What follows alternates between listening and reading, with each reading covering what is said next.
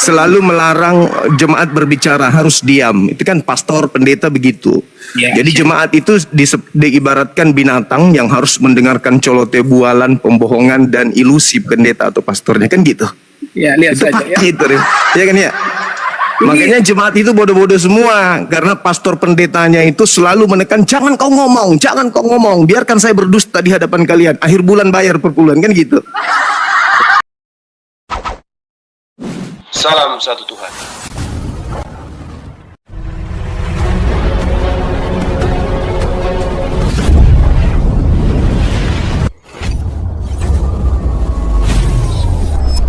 Ya, pengantar ini singkat para sahabat. Dukung semua ya sahabat-sahabat kita, channel Densa News Muslim. Di like, di subscribe, di share sebanyak mungkin untuk supaya mencegah sahabat-sahabat kita di luar sana Tidak. terpengaruh terhadap pemurtadan. Semoga Allah memberikan selalu sikap istiqamah. Salam satu Tuhan, Allahu Akbar. Mengorbankan manusia, kan gitu. Sekarang pertanyaan saya kepada saudara pastor ini, di dalam Yesaya 40 nomor 1 nomor 2, orang-orang Israel itu dosa-dosanya sudah dihapuskan. Yeremia 31 nomor 34, dosa-dosa orang Israel itu sudah dihapuskan. Kemudian 2 Tawarik 7:14, orang-orang Israel itu diampuni dosa-dosanya dari surga. Pertanyaan saya kepada saudara, siapa yang mengajarkan orang Kristen dosa-dosanya dihapuskan dengan korbannya manusia? Karena kalau Yesus mati itu bukan untuk orang Yerusalem, karena orang Yerusalem itu dosanya sudah diampuni. Jadi tidak ada hubungannya antara ajaran menebus dosa pakai manusia dengan orang-orang Yahudi Israel. Anda baca di dalam kitab Yesaya 40 nomor 1 nomor 2, Yerusalem itu dosanya sudah dihapuskan. Dan tadi Anda mengatakan bahwa hanya Yesus yang bisa menghapus dosa. Faktanya di dalam Matius 21:31 ternyata orang yang percaya kepada Yohanes Pembaptis pun lebih dulu masuk surga. Nah, sekarang tugas Anda adalah di mana Tuhannya Yahudi menebus dosa Kristen dengan mengorbankan orang benar sebagai korban persembahan. Silakan. Oke. Jadi perhatikan ya Bang Suma ya, ketika Anda berbicara saya diam ya. Bahkan saya tidak menggunakan efek suara apapun ketika Anda berbicara. Dan saya mengharapkan kesopanan yang sama Anda berikan kepada saya. Jadi kalau saya lagi bicara, Anda diam, dan jangan sama sekali Anda menggunakan efek suara dalam bentuk apapun. Dan saya mau klarifikasi tadi ya, ketika Anda mengatakan bahwa jemaat Kristen itu sama seperti binatang, itu perkataan yang terlalu kotor. Jadi saya mau sampaikan kepada Anda ya, kita ini kan diskusi agama. Jangan pernah Anda berpikir Anda dapat membela Tuhan Anda dengan menghinakan agama orang lain, dengan menghinakan jemaat orang lain. Tidak boleh. Kalau Anda membela Tuhan Anda dengan cara menghinakan orang lain, maka yang Anda lakukan bukan membela Tuhan Anda. Anda justru menghinakan Tuhan Anda. Jadi saya harap itu yang terakhir ya. Anda pun masuk ke kemal saya memasukkan Anda dengan baik-baik ya. Dan saya berharap Anda juga bisa ya menunjukkan ciri khas seorang apologet yang baik, karena Anda lebih senior daripada saya dalam dunia apologetika. Oke, saya jawab pertanyaan Anda ya. Jadi ketika Alkitab mengatakan bahwa Yesus itu mati bagi dosa manusia, Yesus yang merupakan Allah yang menjelma menjadi manusia, yang Anda katakan manusia menebus dosa manusia. Jadi itu bukan ide daripada manusia. Itu bukan ide daripada manusia, itu adalah apa yang dinyatakan oleh Allah. Itu dinyatakan oleh Allah, kemudian diterima oleh manusia. Kemudian itu yang disiarkan oleh para rasul, Rasul Petrus, Rasul Paulus, mengenai kematian Kristus yang menebus dosa manusia. Jadi ketika Anda mengatakan bahwa seolah-olah kematian Kristus yang menebus dosa manusia itu adalah ide daripada manusia, itu bukan ide daripada manusia. Itu adalah apa yang dinyatakan oleh Allah ketika Yesus mati menebus dosa manusia. Jadi itu sama sekali bukan ide daripada manusia, tetapi kehendak daripada Allah. Silakan. Tidak ada jawaban. Jadi gini, ketika Anda memfitnah Tuhan bahwa itu ide Tuhan, Anda tidak bisa menyertakan dalil karena memang dalilnya nggak ada gitu ya. Paling nanti ngemis-ngemis Yesaya 43 lah segala macam. Padahal Imamat 1 nomor 2 itu kan sudah jelas. Katakanlah kepada orang Yahudi. Katakanlah kepada orang Yahudi. Itu dalil, pastor. Kenapa saya tadi mengatakan Anda menganggap jemaat Anda itu binatang? Ya karena kan domba itu binatang. Jadi nggak usah terlalu lebay kali. Nah sekarang gini. Ketika orang Yahudi diminta oleh Tuhannya. Orang Yahudi loh ya. Bukan orang Kristen. Orang Kristen itu kan awalnya dari Athena dan Roma. Orang Yahudi diminta, Pak Pastor, Imamat 1 nomor 2, katakan kepada orang Yahudi, apabila mereka hendak mempersembahkan kurban, persembahan penebus dosa, hendaklah mereka mempersembahkan binatang. Domba, kambing, sapi, lembu. Mana dalilnya? Katakanlah kepada orang Roma dan Yunani. Kalau mereka ingin mempersembahkan penebus dosa, hendaklah mereka mempersembahkan manusia. Mana dalilnya? Saya tunggu dalil itu. Karena orang-orang Yahudi diajarkan 2 Tawarik 7:14, ketika mereka bertobat dari surga Tuhan mengampuni dosanya. Gitu. Nah sekarang permasalahannya Kristen ini jati dirinya kemana perginya? Di mana dalilnya? Sementara latar belakang penyaliban Yesus itu hanya karena faktor politik ekonomi. Tidak ada karena faktor dosa. Kata Yesus, dosa hanya bisa ditebus karena bertobat.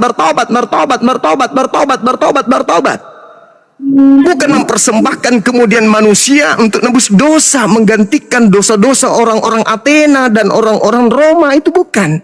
Sekarang PR Pak Pastor adalah, sebagaimana orang Yahudi diperintahkan untuk mempersembahkan binatang untuk nebus dosa mereka, tolong tunjukkan dalilnya di mana perintah Tuhannya Yahudi agar mempersembahkan manusia sebagai dosa, penebus dosa-dosa orang Kristen yang awalnya adalah orang Athena, Yunani dan Romawi.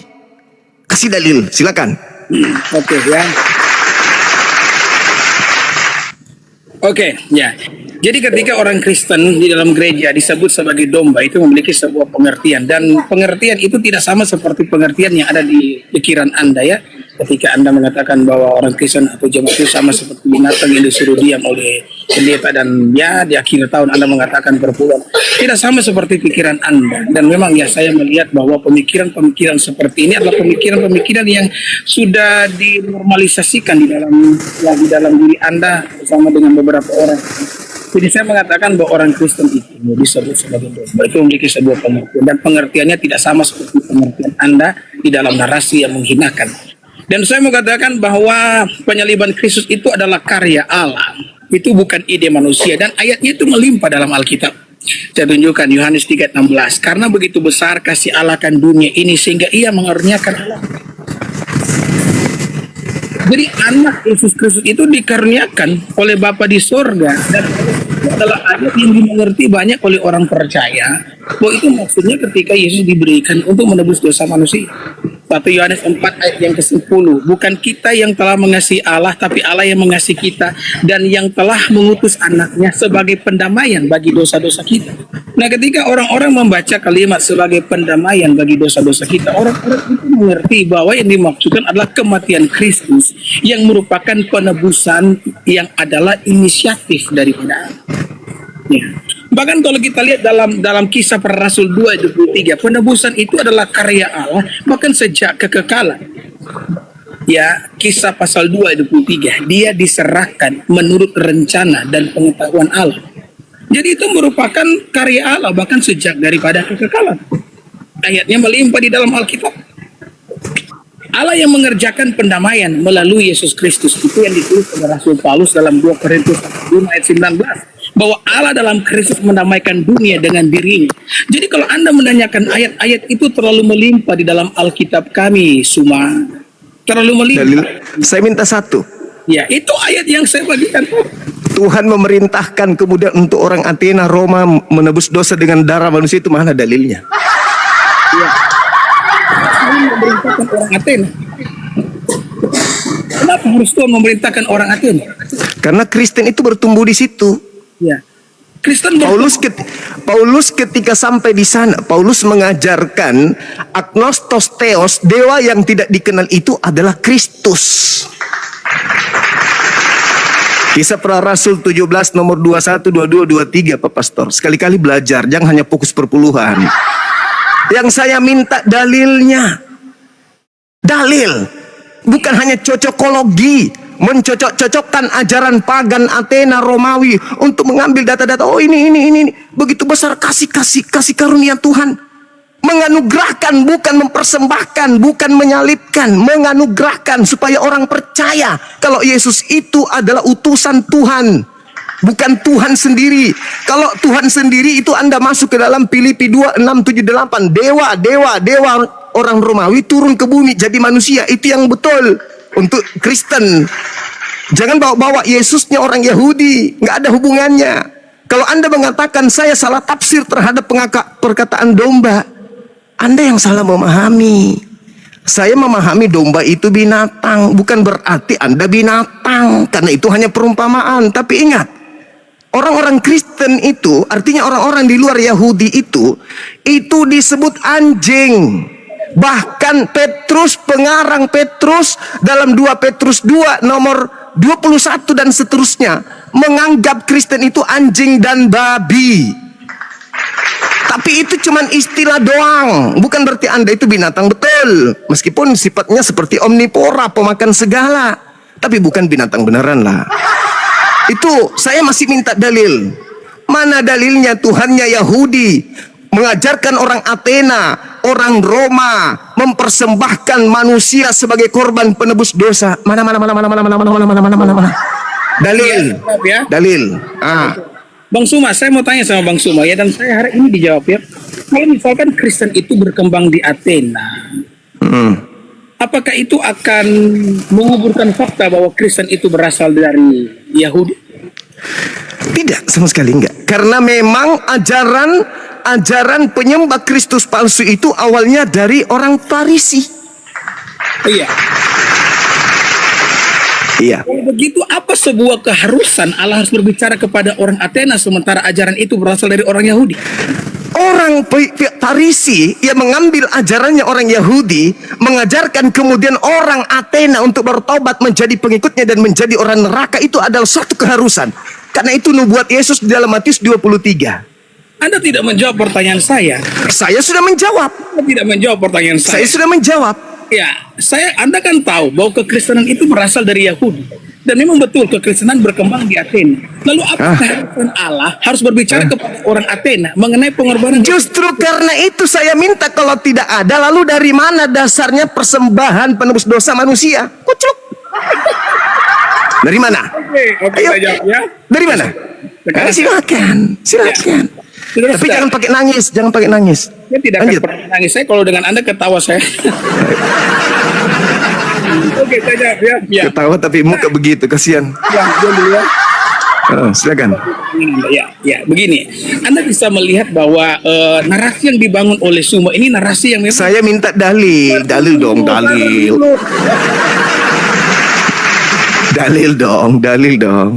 Sudah ngomong di awal. Kalau saya bicara kamu diam ya. Kalau kamu Dalil. bicara diam loh. Jadi kamu diam ya, diam dulu. Ya. Nah, saya butuh dalil ya.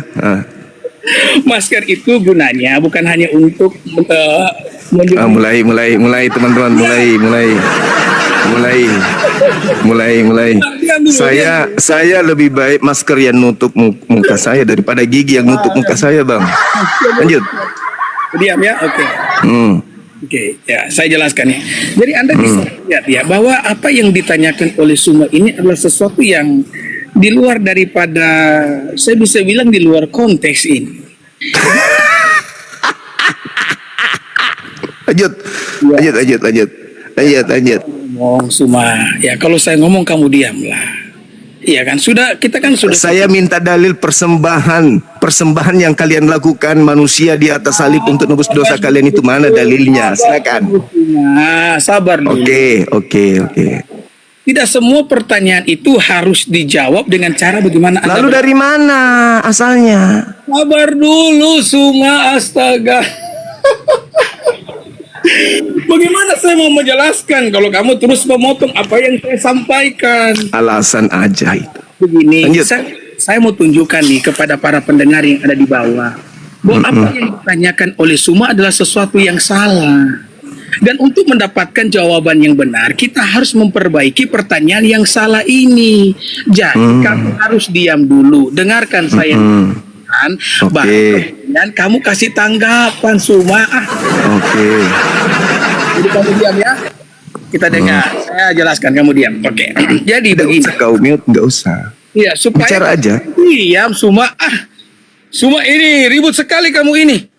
Sabar Lanjut, dulu lanjut. saya ngomong. Sabar dulu. Ya, jadi begini Suma. Jadi memang aturannya dari mana ketika harus berbicara kepada orang Athena? Padahal yang namanya Injil itu berasal dari orang Yahudi. Jadi pertanyaan yang diajukan oleh Suma ini pertanyaan yang di luar nalar ini ya. Ini pertanyaan yang bagi saya adalah pertanyaan yang agak lain. Makanya kan tadi saya katakan, betul kekristenan itu berkembang di Athena. Tetapi itu kan berawal dari orang Yahudi. Lalu urgensi apa Allah harus berbicara kepada orang Athena melalui tentang pengorbanan Kristus? Kalau misalkan hal itu telah disampaikan oleh para rasul kepada orang Athena, khususnya Rasul Paulus. Jadi pertanyaan yang kamu ajukan ini adalah pertanyaan yang salah. Dan memang dari waktu ke waktu ketika saya menaikkan kamu di room saya, yang kamu tanyakan itu pertanyaan-pertanyaan yang salah semua Suma. Udah.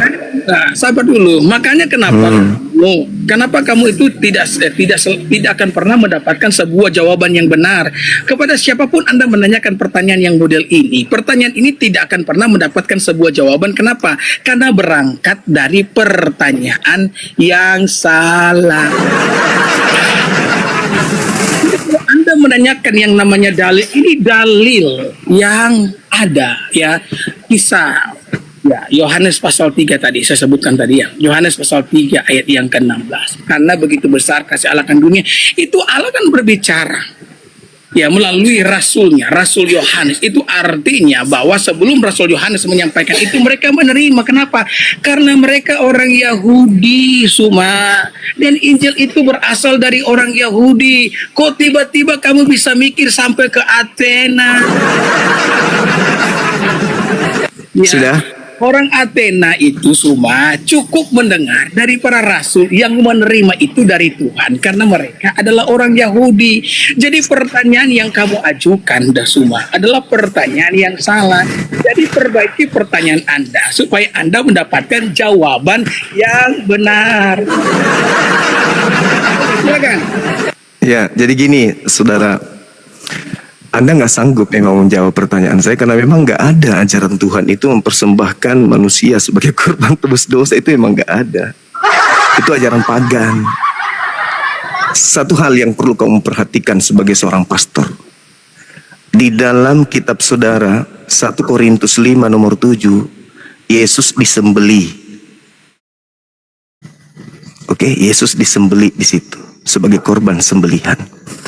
Kedua, di dalam Ibrani 9 nomor 28, di situ Yesus dipersembahkan. Kemudian di dalam Ibrani 10 nomor 10, di situ juga Yesus prospora, mempersembahkan tubuh. Yang saya pertanyakan adalah, ketika saya berbicara tentang imamat 1 nomor 2, katakanlah kepada orang Yahudi, katakanlah kepada orang Israel. Apabila mereka hendak mempersembahkan kurban penebus dosa, hendaklah mereka mempersembahkan binatang, domba, kambing, sapi, lembu. Itu kepada siapa? Itu orang Yahudi, orang Israel. Yang saya pertanyakan sekarang ini kepada orang Athena, kepada orang Roma. Katakanlah kepada orang Roma, katakanlah kepada orang Athena, apabila mereka ingin menebus dosa, hendaklah mereka mempersembahkan atau menyembelih manusia.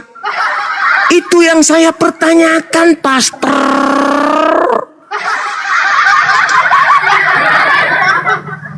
Itu yang saya pertanyakan. Jangan kau persalahkan pertanyaan.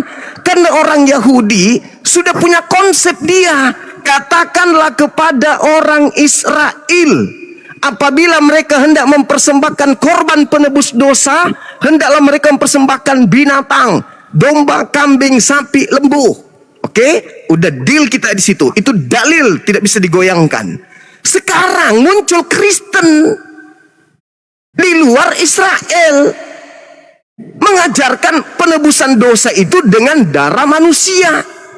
Saya minta dalilnya mana, legalitasnya mana dari Tuhannya Yahudi bahwa menebus dosa dengan cara menyembelih manusia bernama Yesus, mempersembahkan manusia bernama Yesus.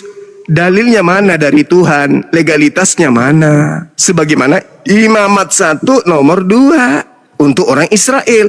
Nah, untuk orang Kristen Roma Yunani, mana dalil legalitasnya mempersembahkan atau menyembelih manusia sebagaimana yang dikatakan Paulus di dalam 1 Korintus 5 nomor 7, Yesus itu disembelih. Mana legalitasnya dari Tuhan kepada Paulus yang mengajarkan orang-orang Athena dan Yunani menebus dosa mereka karena dengan adanya Yesus sudah disembelih katanya di atas pohon. Saya butuh dalil. Silakan. Oke, ya, saya jawab ya. Terima kasih semua atas pertanyaannya. Jadi, semua mengatakan bahwa saya tidak bisa menunjukkan dalil. Dan saya heran, dia sendiri telah menyebutkan dalil-dalilnya. Contohnya ya, ketika dia mengatakan tadi dalam 1 Korintus 5 ayat yang ke-7, buanglah ragi yang lama itu, supaya kamu menjadi adonan yang baru, sebab kamu tidak beragi. Sebab anak domba Paskah kita juga telah disembelih, yaitu Kristus. Ini orang tidak sadar nih, kalau ayat yang dia sebutkan itu juga adalah dalil. Tahu enggak ya? Yang dia minta apa? Yang diminta semua adalah ya ayat yang khusus berbicara kepada orang Athena. Dia tidak sadar nih bahwa ketika Tuhan berbicara kepada orang Athena, Tuhan itu tidak berbicara langsung. Dia berbicara melalui Rasul Paulus, dan ayat yang kamu baca dari 1 Korintus 5 ayat 7 itu firman Tuhan semua. Aduh, cuma minta dalil, dia sendiri yang kasih dalil. Terus dia masih nanya dalil. Cuma dengar ya. Jadi ketika Yesus telah datang ke dalam dunia, dia banyak berbicara, murid-murid mendengarkan. Kemudian Paulus juga akhirnya menjadi pengikut Kristus. Paulus itu menyampaikan kepada orang Athena, dan itu yang kamu baca itu juga merupakan salah satu khotbah daripada Rasul Paulus kan. Jadi Tuhan itu semua tidak perlu berbicara langsung kepada orang Athena, kepada orang Indonesia, kepada orang Arab, kepada orang Singapura bahwa Allah telah menjelma menjadi manusia namanya Yesus Kristus. Tidak perlu Allah berbicara langsung. Kenapa? Karena Allah telah mengutus murid-muridnya untuk menyampaikan firman-Nya semua. Jadi ayat yang kamu sebutkan itu semua adalah dalilnya. Sekarang Anda di bawah bisa melihat kan bahwa kerancuan daripada pertanyaan yang diajukan oleh semua kan? Makanya saya bilang, perbaiki pertanyaan kamu. Jangan kamu merasa bangga dengan pertanyaan kamu. Mungkin kalau di hadapan pendeta-pendeta yang lain, kamu bisa membuat pertanyaan kamu terasa begitu luar biasa ya. Tapi di hadapan saya, itu pertanyaan yang receh semua. Bisa-bisanya dia telah menyebutkan ayatnya, kemudian dia tanya juga dalilnya. Oke, silakan semua. Iya, jadi teman-teman sekalian, ternyata betul kata Yesus, iblislah yang menjadi bapakmu dan kau mau melakukan keinginan-keinginan bapakmu. Berarti iblis yang dimaksud di sini adalah Paulus ya teman-teman ya. Saya minta dalil firman Tuhan, tapi dikasih firman Paulus. Jadi sekali lagi teman-teman sekalian, mari kita tertawa. Ternyata orang Kristen ini bapaknya itu iblis yang bernama Paulus. Karena mereka mendengarkan firman Paulus. Katanya saya kan minta firman Tuhan, tapi dikasih firman Paulus. Berarti Tuhan mereka Paulus. Jadi Paulus ini sudah menjadi Tuhan mereka, teman-teman sekalian. Benarlah kata Paulus, apa kata Yesus? Iblislah yang menjadi bapakmu dan kamu mau melakukan keinginan-keinginan bapakmu. Ternyata iblis itu Paulus. Kata Pak. Pastor, Anda harus membedakan antara firman Tuhan dengan perkataan manusia. Paulus itu mengakui bahwa apa yang dituliskan bukan firman Tuhan, tetapi hanya karena orang bodoh yang ingin bermegah. Dan tidak ada kemudian Tuhan pernah berfirman kepada Paulus. Tidak pernah Tuhan berfirman kepada Paulus. Kalau Tuhan pernah berfirman kepada Paulus, berarti Paulus itu nabi. Coba Anda tunjukkan kepada saya di mana Elohim pernah berfirman kepada Paulus. Tunjukkan di mana dalilnya. Di mana dalilnya Tuhan Elohim datang kepada Paulus, kemudian berfirman kepada Paulus, itu dalilnya di mana? Sampai 13 kitabnya itu Anda anggap firman. Itu satu. Yang kedua, Tuhannya Yahudi berkata begini, Pak Pastor, Keluaran 23 nomor 7, Pak Pastor. Ya. Jangan kau membunuh orang yang benar. Jangan kau membunuh orang yang tidak bersalah. Yesus orang benar, Yesus orang tidak bersalah. Boleh nggak dibunuh? Tidak boleh. Apalagi disembelih, nggak boleh. Amsal 6 nomor 16. 6 perkara yang dibenci oleh Elohim, bahkan 7 kekejian yang ada di dalam hatinya, yaitu menumpahkan darah orang yang tidak bersalah. Menumpahkan darah Yesus, apakah kekejian atau bukan bagi Tuhan? Kekejian. Lalu kenapa Anda kemudian tertawa terbahak-bahak dalam kebodohan dengan membawa 1 Korintus 5 nomor 7, Yesus dipersembahkan, katanya itu firman Tuhan. Itu Anda sedang pamer kalau Karisten itu Tuhannya Paulus. Yesus mengatakan bahwa segala firman yang engkau berikan kepadaku telah aku sampaikan kepada mereka. Mereka telah menerimanya. Nah, ada enggak Yesus menerima 1 Korintus 5 nomor 7 itu? Ada enggak Yesus mengajarkan kitab Korintus? Ada enggak? Kalau begitu tolong tunjukkan kepada saya siapa yang berfirman kepada Paulus 1 Korintus ini. Apakah Elohim atau Yesus? Silakan. Oke, ya. Terima kasih Bang Suma. Saya sampai sekarang ya tidak tahu bagaimana cara berpikirnya Bang Suma ini ya. Nah, teman-teman yang di bawah perhatikan saya mau ngomong ini ya. Tadi yang mengangkat 1 Korintus 5 ayat 7 itu Suma loh. Perhatikan tidak? Dia sendiri yang mengangkat 1 Korintus 5 ayat 7. Kemudian dia sendiri yang mempertanyakan 1 Korintus 5 ayat 7. Saya tidak tahu ya, ada apa dengan pikiran Bang Suma ini ya. Kenapa pikiran kamu menjadi sedemikian belibet? Kamu sendiri loh tadi yang angkat 1 Korintus 5 ayat yang ke-7. Saya bahkan hanya memberikan konfirmasi dari ayat-ayat yang kamu angkat. Tadi kamu mengangkat ada sekitar 5 ayat. Saya cuma mengangkat 1 ayat dari ayat yang Anda angkat. Kalau Anda tidak menganggap bahwa Paulus 1 Korintus 5 ayat yang ke-7 adalah firman Tuhan, semua dengarkan saya mau ngomong ini. Kalau kamu tidak menganggap bahwa 1 Korintus 5 ayat itu adalah firman Tuhan, lalu kenapa itu menjadi kutipan dasar kamu? Kamu itu tidak boleh menggunakan tulisan-tulisan daripada Rasul Paulus kalau kamu sendiri tidak percaya bahwa apa yang ditulis adalah firman Tuhan. Ini kegagalan berpikir. Kamu bilang tadi itu adalah kebodohan bagi saya. Justru saya melihat ini adalah kebodohan bagi Anda. Anda sendiri menyebutkan 1 Korintus 5 ayat yang ke-7, tetapi beberapa saat kemudian Anda menyangkal ayat yang Anda angkat sendiri. Mau taruh di mana logika ini, Suma? Aduh, Suma. Dia sendiri yang angkat ayatnya, kemudian dia sendiri yang menyangkal ayatnya. Saya mau kasih tahu sama kamu ya. Kamu dengarkan saya baik-baik ini ya. Orang Kristen percaya bahwa apa yang disampaikan oleh Rasul Paulus adalah firman Tuhan. Ya. Karena Rasul Paulus pernah mengalami perjumpaan dengan Yesus Kristus. Dan saya mau beritahu bahwa kesaksian daripada Paulus tidak pernah berdiri sendiri. Paulus tidak pernah berdiri sendiri. Kalau kesaksian Paulus berdiri sendiri dan itu bertentangan dengan kesaksian para rasul, khususnya oleh Petrus yang merupakan soko guru dalam jemaat, maka Anda bisa mengatakan bahwa Rasul Paulus itu adalah seorang penyebar hoax.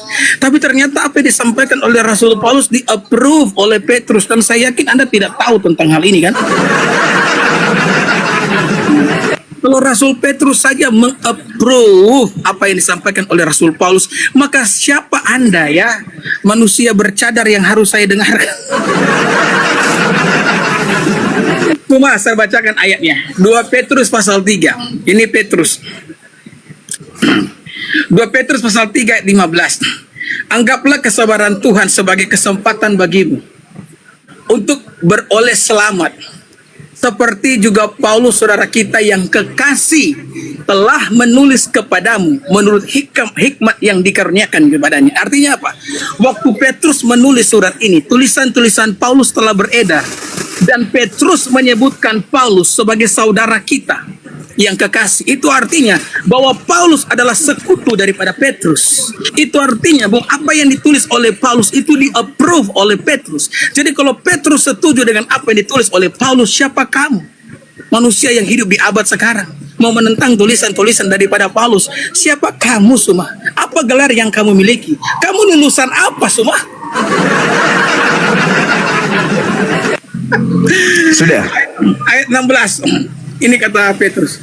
Hal itu dibuatnya, ya saudara kita yang kekasih, telah menulis kepadamu menurut hikmat yang dikaruniakan kepadanya. Petrus mengakui hikmat yang dimiliki oleh Paulus. Kemudian ayat yang ke-16. Hal itu dibuatnya dalam semua suratnya apabila ia berbicara tentang perkara-perkara ini. Dalam surat-suratnya itu, kata Petrus, ada hal-hal yang sukar difahami, sehingga orang-orang yang tidak memahaminya seperti kamu ini, ya, sehingga orang-orang yang tidak memahaminya dan yang tidak teguh imannya memutarbalikannya menjadi kebinasaan mereka sendiri, sama seperti yang juga mereka buat dengan tulisan-tulisan yang lain. Jadi apa yang kamu lakukan pada hari ini itu telah dinubuatkan oleh Petrus, bahwa ada orang yang tidak memahami tulisan daripada Paulus dan mencoba memutarbalikan itu menjadi kebinasaan bagi mereka sendiri. Jadi kalau Petrus mendukung Paulus, Suma, who are you? Who are you? Apa legalitas yang Anda miliki sehingga Anda bisa mengatakan bahwa Rasul Paulus itu adalah rasul yang tidak menyampaikan firman Tuhan? Mari kita tertawa bareng-bareng, saudara-saudara. Sudah. Silakan. Oke. Dengarkan saya, Bang. Dengarkan saya, Pak Pastor yang lucu, imut. Dengarkan saya. Saya membawa tadi 1 Korintus 5 nomor 7 itu sebagai legalitas Paulus kepada orang-orang Roma Yunani, bukan sebagai firman Tuhan.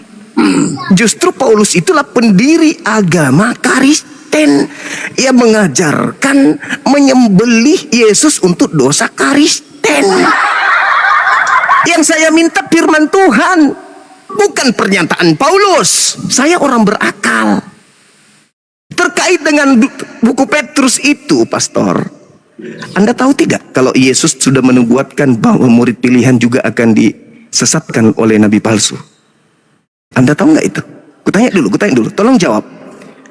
Benar nggak Yesus menubuatkan kalau Petrus murid pilihan akan disesatkan oleh nabi palsu? Tidak. Akui dulu. Tidak ada. Tidak ada. Matius 24 nomor 24. Baca. Oke. Kena kau di sini. Baca. Baca. Jadi dengar ya. Baca dulu. Matius 24 nomor 24. Baca. Saya akan baca. Tapi sebelum saya baca, saya ulangi pertanyaan kamu ya. Cuma bilang tadi ya bahwa Pak Petrus itu akan disesatkan. Dan sekarang kita akan baca ayatnya. Apakah ayat ini berbicara Petrus disesatkan? Matius berapa? Baru dia tahu ternyata, teman-teman sekalian. Baru dia mau belajar.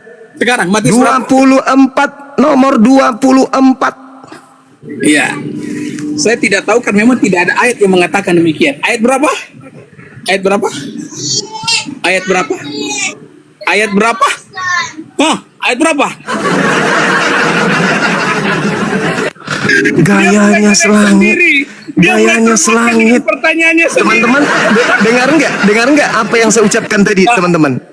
Iya. Nomor berapa gitu? Dengar nggak dia ini? Makan dengan pertanyaannya sendiri loh. Pastor. Ayat berapa? Ayat berapa? Matius 24 nomor 3042. Ya. Tidak ada ayat 3000. Dasar ongol-ongol dong pala. Nomor 24 Kak Daro. Oke, ya saya bacakan ya. Matius 24. Perpuluhan. Perpuluhan terus di otakmu, makanya kau nggak tahu dalil kitabmu sendiri. Ya, bukan saya tidak tahu dalil. Ya, Tapi memang butuh belajar sama Bang Suma. saya tidak perlu belajar dari orang yang otaknya close. Lah buktinya kau bertanya sama saya, Tuyul. Benar, Saya minta dalil firman Tuhan, kau kasih firman Paulus. Bahlul. Oke, coba saya dulu ya. Saya. Silakan kau baca, silakan kau baca. Kenapa Jangan kau sih? pamer kebodohanmu depan jemaatmu, silakan. Kau tanya lagi, nomor berapa? Oke, sabar. Bikin malu orang gereja, dipermalukan sama dia. Diamlah, kau ini diamlah kau. Saya ngomong dulu. Begini semua. Saya katakan. Kasihan. Gak usah banyak pengantar, kau baca Matius 24 nomor 24. Sabar dulu semua. Saya mau menjelaskan kepada kau. Matius 24 nomor 24 kau baca. Malu dia, Bi. Diam dulu, Malu. saya jelaskan. Diam, saya jelaskan. Malu Dengan dia. kalau mau debat dengan semua ini, kalian itu harus menjelaskan dengan baik supaya orang Apa yang kau jelaskan? Kau mengaburkan Matius 24 nomor 24. sabar. Saya baca ya, sabar. Teman-teman tadi dia mengatakan tidak ada. Sekarang kau baca. Oke, ya. Jadi kan saya katakan tidak ada. Karena memang tidak ada. Alkitab mengatakan Kau baca. Kau baca. Jangan kau sabar dulu. kau mengatakan tidak ada, kau tidak baca. Sabar. Tekan, Bang. Iya baca dulu baru kau mengatakan tidak ada. Sabar, Asuma. Jangan kau marah-marah. Kesian dia. Kesian. Cuma Buka komal ilmu nggak ada buka komal. Dulu saya baca. Kenapa kamu nggak berani baca? Kenapa kau nggak berani baca? Apa yang tidak berani? Saya mau baca. Baca dulu. Sabar. Saya jelaskan dulu ya. Saya jelaskan. Oke, ya. Semua diam dulu ya. Sabar dulu. Saya jelaskan. Jadi semua bilang kan bahwa Petrus itu akan disesatkan. Narasi yang dia bangun seolah-olah Petrus itu akan disesatkan, kemudian dia akan mati dalam kesesatannya. Itu kan narasi yang dia bangun. Makanya Baca. Suma, Baca dulu dong. sabar dulu. Justru mau menipu dia. Ini kau pikir di gereja apa? Kamu tuh sudah janji loh tadi. Kalau saya ngomong kamu tidak pakai efek suara loh. Kamu janji tadi loh. Saya minta baca. Saya nggak ada janji. Kau yang mengingkari janjimu. Kau yang pakai ngefek suara kok. Kamu bohong ah. Kau yang pakai efek suara dari tadi kok. Kau yang ingkar janjimu sendiri. Dasar pastor dongo. Baca cepat. Memalukan. Malu dia teman-teman. Sabar Suma. Saya jelaskan. Baca. Jangan kau pamer gigi saya sini. Baca. Aduh. Baca. Kalau saya ngomong, kamu tuh diam. Iya kan? Baca. Aduh. Suma. Oke, ya saya jelaskan. Suma begini. Kalau saya ngomong tuh kamu diam loh kan? Sebagaimana kalau kamu ngomong saya diam. Tadi kan di awal tuh saya sudah tegaskan. Kalau saya bicara, kamu jangan pakai efek suara. Nanti efek suara kamu gunakan pada saat kamu bicara. Sebagaimana juga dengan saya nih, saya juga akan pakai efek suara kalau saya menjelaskan. Tapi kalau saya sementara menjelaskan, jangan semua pakai efek suara. Tidak boleh begitu, tidak sopan namanya ya kan? Jadi begini. Lebih besar gigimu daripada otakmu. Baca cepat. Dia saudara-saudara, dia mulai menghina. Loh. Baca cepat, baca. Itu fakta. Baca cepat. Saya jelaskan. Baca. Tapi kan begini. Jadi ya narasi yang Suma bangun itu seolah-olah itu bahwa Petrus itu disesatkan sampai akhir hayat. Ya ampun, saya suruh kau baca. Suma, diamlah kau Suma. Ya, kau diamlah. Masa bisa sih orang bang gini bang? Saya contoh nih bang ya. Saya seorang bos. Bisa, karena sebentar. Tuhan itu Maha Kuasa. Sebentar bang. Bisa, Tuhan itu Maha Kuasa. Dia bisa datang melayani manusia Begini, tidak Bang. apa-apa, tidak masalah. Contoh begini bang. Tidak. Sebentar. Karena Contoh ini begini firman. bang. Saya seorang. Iya sebentar dulu, sabar dulu bang. Ya. Bang, dulu bentar bang. Doubling bang suaranya bang. Gini bang.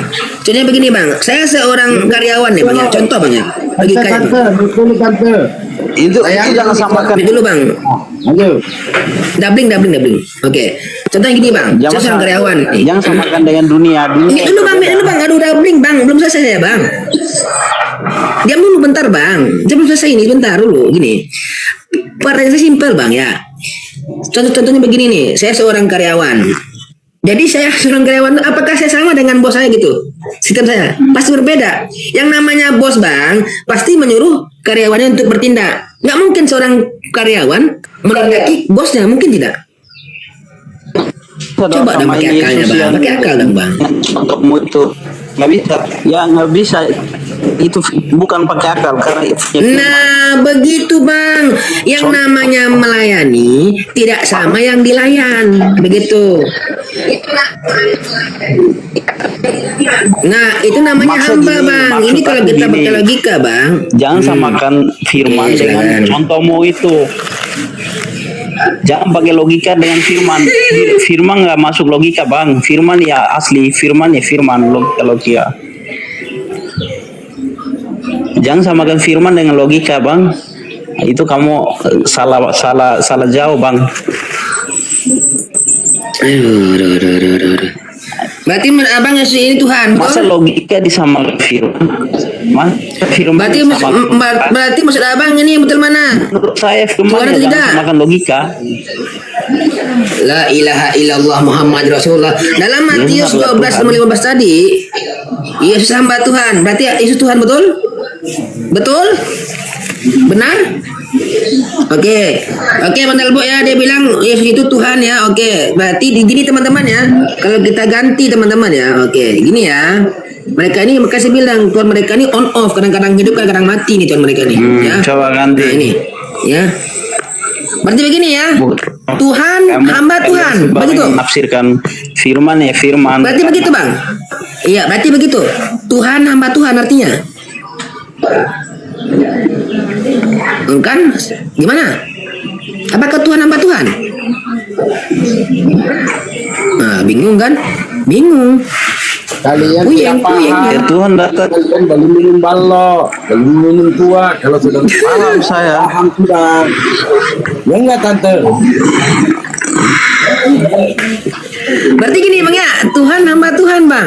Berarti kalau kita ganti lagi bang, bentar ya teman-teman, bentar bang ya, izin ya. Kalau kita ganti lagi bang, gini bang ya, mana ya? Jadi begini bang ya, kita ganti bang ya. Inilah hidup yang kekal itu, yaitu bahwa mereka mengenal Yesus satu-satunya apa Tuhan Bapa yang benar gitu ya, gitu. Dan mengenal Yesus Kristus yang telah engkau mengutus begitu. Kalau kita ganti, gimana ini? Ya Kan di kita dalam bang. Yesus ada keselamatan karena Yesus sudah berkata Kita akan nggak ada nanya keselamatan, nabi-nabi Bre. palsu, Nggak akan nyambung. ada nabi-nabi Lanjut palsu lah bang, setelah aku. pusing dah bang. Kemana larinya Ya, ini? pusing, Keselamatan pusing. ini lah. Ini Nggak nyambung sendiri ini orang pusing ini. di situ karena ini firman ya saya membawa Nggak nyambung firman. abang ini. Kalau jangan samakan firman dengan logika. Ditanya apa, Logika kamu samakan dia firman kamu bisa keselamatan. gila nanti. Penoten Logika kamu samakan firman gila nanti.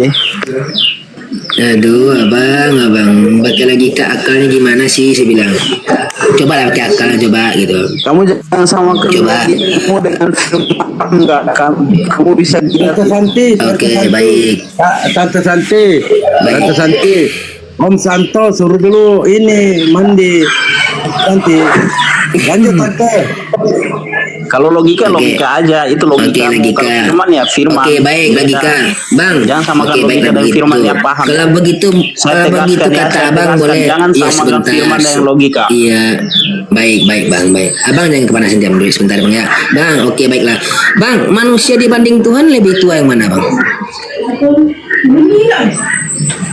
Ini ke logika kita bang, ke logika ya. Tidak ada Kita nggak ke manusia Bible nih. berbanding Tuhan. Tuhan itu La Tuhan ilaha itu illallah. Tuhan itu yang jadi manusia. Jadi- Kalau manusia yang jadi Tuhan itu Jadi salah. Bunda Maria manusia itu Tuhan. Bunda Maria manusia itu Tuhan. Bunda Maria. Bunda Bunda Maria. Maria adalah utusan Allah juga.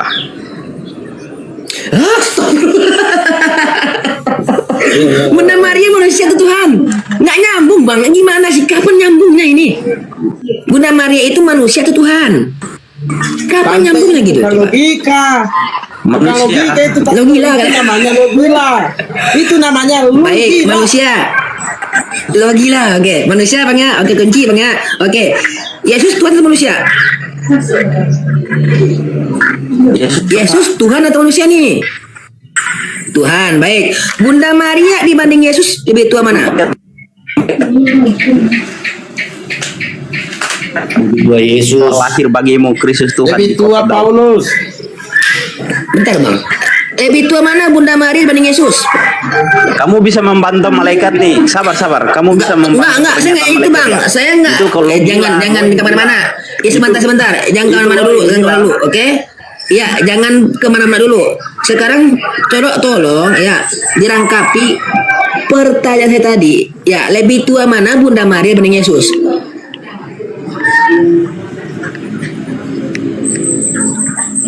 Lebih tua mana? Nah, dia ngetik Google. Ngetik Google dia. Tidak lihat di Itu mana? Google karena Yesus ada sebelum dunia diciptakan. Yesus Iya, lebih tua mana? Lebih tua mana Bunda Maria dibanding Yesus? Pilihlah. Lebih tua mana? lebih tua Yesus. Berarti anak lebih tua dibanding mama. Lah anak durhaka ini. Oh.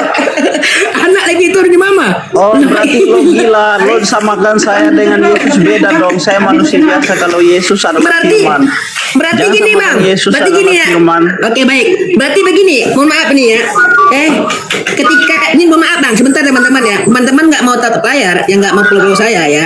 Berarti kan oten semua ya. Begini bang. Berarti begini ya. Ketika nih, mohon maaf nih. Ketika Tuhan abang lahir. Tuhan mama lahir atau begini. Anak mama lahir atau begini. Anak bujang mama lahir atau gimana bang? Atau Bunda Maria saat itu mengatakan anak mama lahir atau anak mamaku Lo yang ini gila, lo anak bujang framing mama lahir sembarang. atau gimana? Lo masuk logika, lo nggak jelas samakan dengan firman bangsa. Saya mau tanya ke abang, ketika Bunda Maria melahirkan seorang anak, dia bilang apa? Tuhan mama lahir nih atau begitu Bunda Maria mengatakan? Atau begitu? Atau enggak beginilah, atau beginilah. Anak bapak lahir ini. Atau gimana? Yesus dengan Bunda Maria tidak sama dengan manusia biasa, paham nggak? Berarti anak lebih tua dibanding mama gitu bang ya? Gitu bang ya? Berarti ketika Bunda Maria melahirkan anak bilang begini kan? Logika. Nggak bisa pakai logika. Kamu paham nggak firman itu? Kamu paham nggak? Kalau gitu Iya, bang, jangan kemana-mana dulu. Sekarang Sebentar saya bang, kasih kamu, bang, sabar, kita nggak usah sabar. kemana-mana. Kenapa saya bilang Yesus? Baik, Kenapa baik, saya baik. bilang Yesus? Karena dialah Alfa dan Omega, awal dan akhir. Sebelum dunia dijadikan dia sudah ada. Saya Dan nggak dia nanyakan adalah itu firman. bang. Saya nggak Kamu nanyakan baca itu. Yohanes 1 Saya nggak ayat 1. nanyakan Kamu Alfa buka dan Yohanes Omega. 1 ayat 1. Iya. Sabar. Kamu buka Saya nggak Yohanes 1 nanyakan ayat tentang 1. itu. Kamu buka Nggak Yohanes nanya 1 itu ayat saya. 1. Kamu buka Saya nggak Yohanes nanya 1 itu. ayat 1. Saya nggak nanya Kamu itu buka. bang. Bang, Kamu kita kan buka pakai logika Yohanes 1 nih. ayat 1. Kamu Bang, buka. abang malaikat. Buka Yohanes 1 ayat 1, buka. Bang, jadi gini bang ya, Padahal ketika firman- Bunda firman Maria itu bersama-sama melahirkan dengan anak, Allah dan firman itu kok diam adalah dulu Allah apa sendiri. sih? Tidak bisa diam saya. Udah. Kalau kamu sembarang menafsirkan. Tidak Udah. bisa diam saya. Udah? Pada mulanya adalah Abang firman foto ini minta bersama-sama ampun, dengan masa Allah. anak lebih Dan tua firman dibanding itu mama? adalah Allah itu Gimana sendiri. bisa itu? Tante Santi, kenapa Tante Santi ini kesurupan? Kenapa deh? Nggak bisa aku diam kalau kamu pakai logika nggak sesuai kebenaran. Saya bantah kalau nggak sesuai kebenaran Anak itu saya lebih harus tua bantah. dibanding mama. Kenapa Tante Santi ini marah-marah di sini? Kenapa? Marah karena tidak sesuai dengan kebenaran, tidak sesuai dengan firman. Kok Om Ini Santo kamu tidak menyatakan pakai kebenaran, kata kamu bagian, seperti tapi- nabi palsu. Kalianlah orang-orang yang nabi palsu yang menyatakan kebenaran di luar kebenaran. Kami bukan Berarti nabi, teman-teman- Tante. Kenapa Berarti Tante abang-abangku Santi semua ya, ini rekam ya. Kata Abang Santi ini katanya apa? Anak lebih tua dibanding mama ya. Begitu. Berarti ketika Bunda Maria melahirkan anak, Tuhan mama lahir nih, gitu ya. Oke. Emon Apa benar, Bu? Lanjut, bukan Bu. abang, dia tante. Oh, tante. Iya. Tante. Tuhan mama lahir nih, Nak. Tuhan mama lahir nih. Sembah dong. Gitu ya. Gitu Bang, malaikat. Kok bisa ya? Kok bisa Nggak gitu? begitu. Nah gini Bang. Jadi Bang, baik. Sebentar. Sedikit bentar Bu ya. Nah Bang. Jadi Bang, saya mau tanya. Tuhan itu ciri-cirinya pasti hidupnya perkasa, betul Bang ya? Ambil dulu bentar Bang. Tuhan itu pasti Tuhan apa itu ya? maha kuasa. Kekal. Nggak ada Iya sebentar ciri Bang. maha kuasa Sebentar dia. dulu. Diam dulu sebentar. Diam dulu sebentar. Nih. Tuhan itu kan cirinya begini nih. Maha perkasa, Nggak bisa diam maha saya, bijaksana. beneran. Nggak bisa diam, saya akan bantai La terus ilaha illallah. sampai kamu ikut yang kebenaran. Kalau tidak sesuai kebenaran, saya bantai terus kamu. Oke, udah, dia duduk ya bentar. Oke, Bang. Nama Tuhan Nggak bisa kan pasti diam saya. kekal, Nggak bisa maha perkasa. diam. Saya bilang Nah, nggak bisa saya diam. bertanya. Saya bertanya kepada Anda nih kamu sebentar. menghujat. Jika kamu mengatakan tidak sesuai kebenaran, kamu mengirim logika. Saya Lah ini kan lagi kita baca. Berarti Tuhan Anda pernah nangis, Bang? Iya, Ini Tuhan, Bang, benar. nangis, Bang. Iya, menangis. Oh, berarti benar. tadi katanya maha perkasa, maha kekal, maha kuasa. Mana Ya, ini nggak cengeng dong, apa-apa. Abang? Karena Tuhan itu maha kuasa, bisa menangis nggak Berarti apa-apa. berarti Abang menuhankan Tuhan cengeng. Ya tidak apa-apa. Kena ini teman-teman ini, aduh. Ya, Berarti tidak Tuhan Abang nggak masalah. kekal Dia dong, maha nggak kuasa dong. Dia bisa Mana? merasakan apapun, Bang. merasakan manusia merasakan. Mana merasakan bisa Bang dunia, Tuhan begini merasakan dibilang surga. kuasa, Ya, Bang? Bang, Bahkan Bang, Gimana kamu bisa, dengar, Bang, bahkan apa yang mengatakan? kamu lakukan setiap Oke, hari silakan. pun Dia tahu, Yesus tahu. Apa yang kamu lakukan, kamu pikirkan, kamu rencanakan, Yesus tahu semua. nah ini gimana ini? Nah ini gimana coba? Tuhan Abang cengeng ini, Ya, mana dia kuasanya? menangis. Berarti Ya, Tuhan Abang dia cengeng kuasa. betul? Kuasa apa yang cengeng begini kuasa gimana sih? Cengeng Tuhan Abang tuh. Maka Kan dia menangislah maha Tuhan. kuasa, dia bisa jadi Cengeng apapun. Tuhan Abang. Nggak apa-apa. Mana kuasa? Itu nggak Mana masalah. kuasa? Oke, Nggak kalau masalah Tuhan Abang bagi bisa saya. segala sesuatu, coba bisa nggak dia jadi sekarang dia? Bisa nggak dia? Di nggak bisa kan? Mana kuasa dia? Nih Tuhan Abang cengeng gini. Terus di atas batu karang ini Yesus mendirikan. Oh, Petrus ada di Batu Karang. Ngapain Petrus di Batu Karang? Cair dong, cair. Ngapain? Ngapain mau mancing gitu? Ya, batu karang tidak ada yang bantai. Iya, Saya mau bantai kalian semua. ngapain? Ngapain Petrus di Batu Karang mau mancing gitu? Enggak. Jadi ngapain dia di situ di Batu Karang? Mau ngapain dia? Ya batu karang itu artinya Apa-apa? orang yang Kenapa bukan di Batu bukan Mau Lasem? beli cilok Bang. yang saya bantai.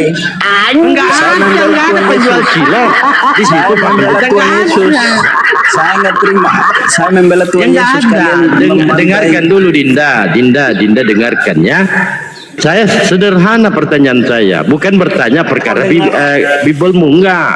Aku enggak perlu pertanyakan kepada ongol-ongol, kecuali pendeta. Pendeta aja saya ajari lu Bible.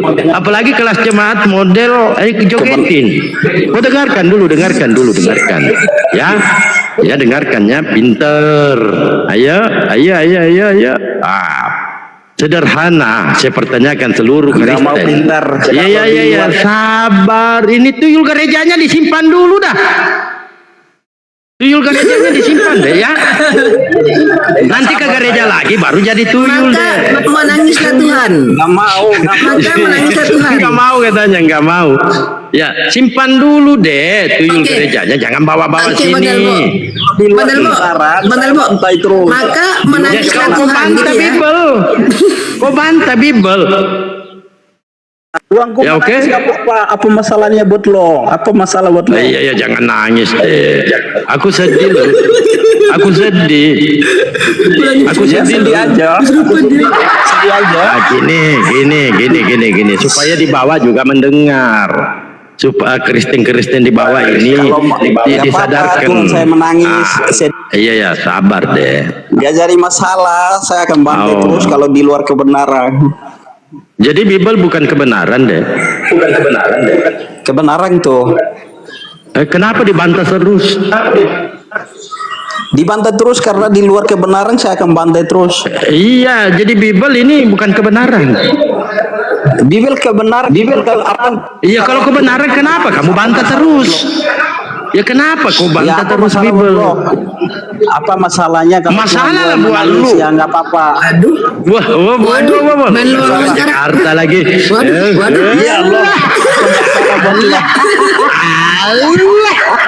Iya kau. Maka menangislah Tuhan. Ya. Iya kau. Maka menangislah Tuhan. Tuhan menangis ya. Betul? Ya nggak Malaikat? apa-apa. Tuhan saya menangis. Maka menangislah Tuhan.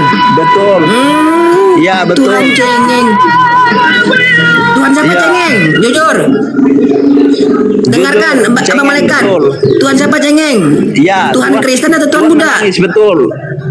Itu Tuhan. Iya, Tuhan siapa yang cengeng? Tuhan Kristen Tuhannya menangis, Kristen? Bapak. Ya.